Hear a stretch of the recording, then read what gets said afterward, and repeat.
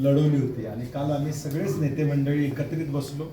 कालच नाव निश्चित करून काल तो कागद माझ्याकडे देण्यात आला होता आणि मी सकाळी 2 वाजता तो विश्वासाबाजींच्याकडे दिला आणि सगळ्यांनी एकमतानं हा निर्णय या ठिकाणी घेतलेला आहे. त्यामुळे त्याला कुठलाही पक्षीय रंग किंवा जो बातम्यांमध्ये तसं काही नाही. राजश्री शाहू आघाडी म्हणूनच नावीद मुश्रीफ निवडून आलेले आहेत आणि त्यामुळं चेअरमन पदाची धुरा पुढच्या 1 वर्षाकरता आम्ही सगळ्यांनी माझ्या सकट सगळ्यांनी आम्ही निर्णय घेऊन त्यांच्याकडे दिलो. खरं पाहिलं तर नाव जे आहे ते शशिकांत पाटील चोयकरांचं नाव आलं होतं. इच्छुक शशिकांत पाटील चोयकर इच्छुक होते, बाबासाहेब चौगुले होते, अमर पाटील कोडोलीचे इच्छुक होते, करण गायकवाड होते, अजित नरके इच्छुक त्या ठिकाणी होते. शेवटी या प्रक्रियेमध्ये 2 घटक विश्वास आबाजी आणि अरुण डोंगरे यांच्या बाबतीत कुणाचाही संभ्रम नव्हता कारण की त्यांना आम्ही शब्द दिला.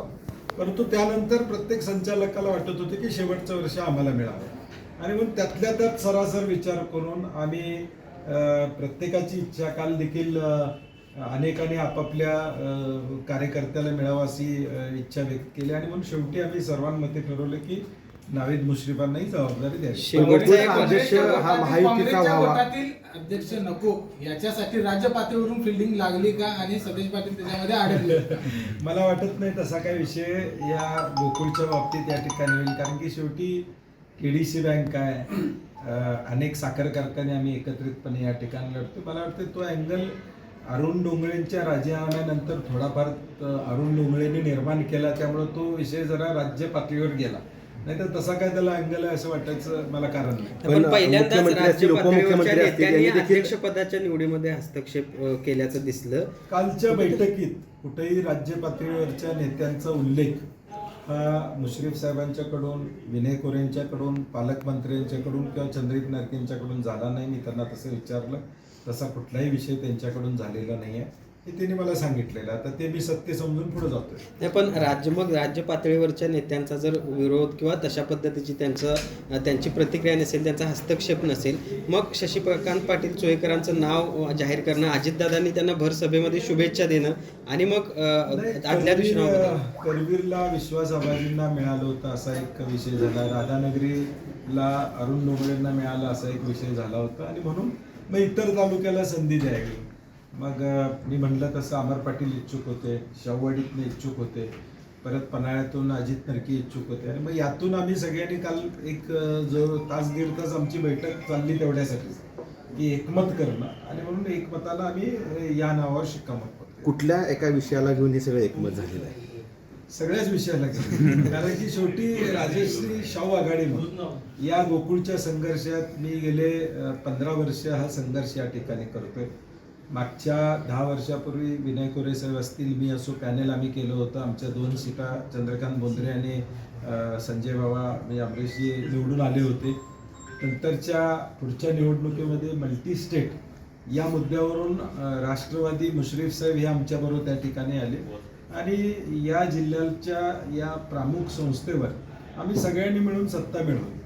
ही मिळवत असताना एक अपप्रवृत्ती बाजूला ठेवायची, एक स्वतःच्या फायद्यासाठी गोकुळ जे चालवत होते टँकरसाठी त्यांना बाजूला करण्यासाठी आणि दूध उत्पादकाला 4 पैसे मिळवून देण्यासाठी आम्ही सगळे एकत्र आलो आणि ते गेल्या 4 वर्षामध्ये आपल्याला दिसून आलं असेल की 11-12 रुपये दर म्हशीला आम्ही जास्त देण्याचं काम त्या ठिकाणी केलं आणि मुंबईमध्ये विस्तारीकरण असू देत किंवा अनेक चांगले प्रकल्प, सोलरचा प्रकल्प असू दे, पेट्रोल पंप चालू करण्याचा विषय असू दे, 18 लाखापर्यंत विक्री नेण्याचा विषय असू दे, हे सगळे विषय आम्ही हाताळले. जे पूर्वीच्या काळामध्ये एका व्यक्तीकडं हा गोकुळ होता, एका व्यक्तीच्या भोवती हा गोकुळ फिरत होता. आता हा गोकुळ 5 लाख शेतकऱ्यांच्या भोवती फिरवायचं काम गेल्या 4 वर्षामध्ये आम्ही केलं. त्यामुळे थोडा आता बदलत्या राजकीय परिस्थिती या सगळ्याचा परिणाम थोडाफार होणारच. पक्षीय राजकारण शिरलं म्हणायचं की नाही, आघाडीची सत्ता कायम आहे. राजश्री शाहू परिवर्तन आघाडी म्हणून आमची सत्ता कायम आहे असं माझं मत. येणाऱ्या निवडणुकीला चोयकर यांचं नाव आघाडीवर होतं. त्यांनी दारात मांडव देखील घातला होता, जल्लोषाची तयारी देखील केली 6 होती. जण इच्छुक होते. पण त्यांच्या नाव शिक्कामोर्तब झाले जवळपास निश्चित होतं. स्वागताची तयारी 6 होती. जण इच्छुक होते त्यामुळे त्यातलं मध्यमार्ग आम्ही हा काढला. साहेब वर्षभरानंतर पुन्हा गोकुळची निवडणूक होणार आहे त्यावेळी देखील ही आघाडी आज एकत्र असेल का? आज पुढची चर्चा आज करण्यात पॉईंट नाही. त्याच्या आधी जिल्हा परिषद आहेत, महापालिकेच्या निवडणुका आहेत, अनेक पाणी भरपूर पाणी वाहून जाणार आहे. अवकाळीत थोडा पूर आलता, अजून पाऊस पडणार आहे, अजून पूर येईल, महापूर येईल, काय काय होणार आहे. शेवटी सहकारातली समीकरणं ही वेगवेगळी सातत्यानं या ठिकाणी असतील.